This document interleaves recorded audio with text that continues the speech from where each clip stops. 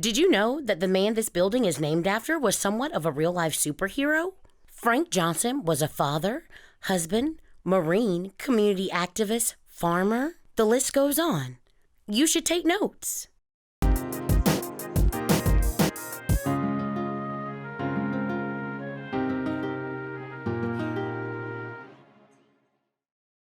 Frank Johnson was born in 1927 in Macon, Georgia.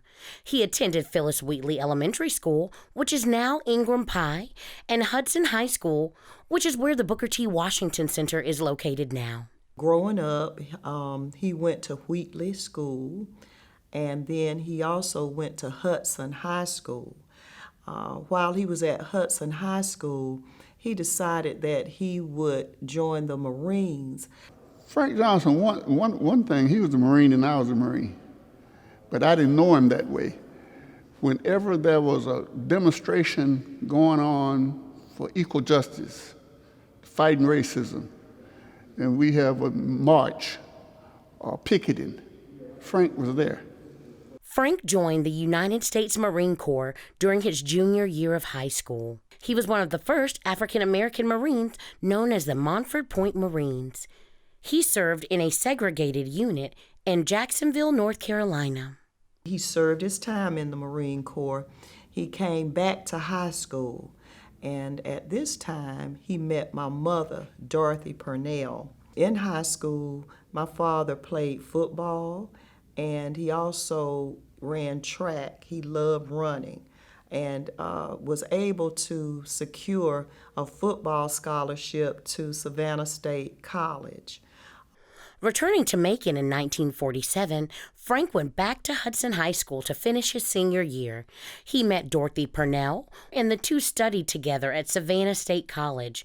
They married in 1954 and had one daughter, Cheryl. It happened also that my mother was able to attend Savannah State College right at the same time that my father was. And so both of them were classmates not only in high school but in college. Frank worked for over 2 years at the Naval Ordinance Plant and then spent over 37 years at the Robins Federal Air Force Base as a facilities planning specialist until his retirement. As a member of the Bethel CME Church, he served in the choir, steward board, layman council, and as a Sunday school teacher. Because he was involved in his church and he was also a scout master, he would go from house to house. Whenever somebody moved into the neighborhood, he knew all of his neighbors. It was incumbent upon him to help people to have the equality that they needed. He was a civil rights person from the very beginning. You know, if he wasn't working, he was right there in the thick of things. He could have lived, he made good money on the base. His wife was a teacher. She made good money. Instead of him moving out in North Macon to buy a house, or in the black areas, Black Shirley Hill, we used to call it a bush, Belvedere, he built him a nice house right there in Unionville. He also organized community outreach for Murphy Homes, also known as Alphabet City, Anthony Road Development Homes, also known as Bird City, and Green Meadows Housing Projects, among many other positions. He was also a member of the NAACP, SCLC, a voters registration, Voters League, and he always was affiliated with organizations that would allow him to understand the plight of the black man. And so this is how he kept in contact with what our needs were and also what his own needs were. Frank reached many community members through his outgoing personality. This led to his well-known nickname, Mayor of Unionville. Somebody said, well, the property value would not hold up in Unionville. He said, I'm not selling it, so I'm going to be here. He lived in the community. And because of that, many people call him the mayor of Unionville. In 2002, the Unionville Recreation Center was renamed in his honor. So this is Frank Johnson Recreation Center, 2227 Mercer University Drive here in Macon, Georgia. This gym was established initially in 1976. by the mayor and city council at that time.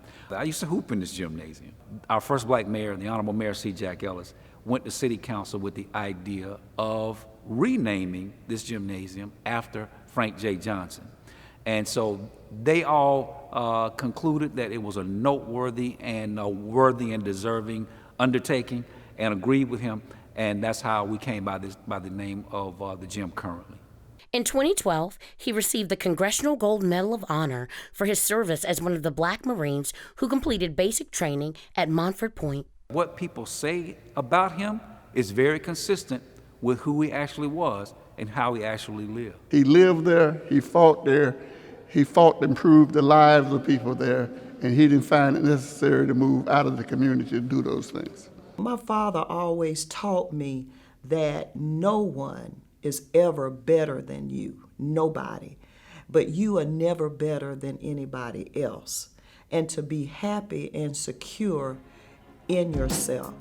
Frank Johnson is just one of the many African Americans who have played an important role in Macon's history.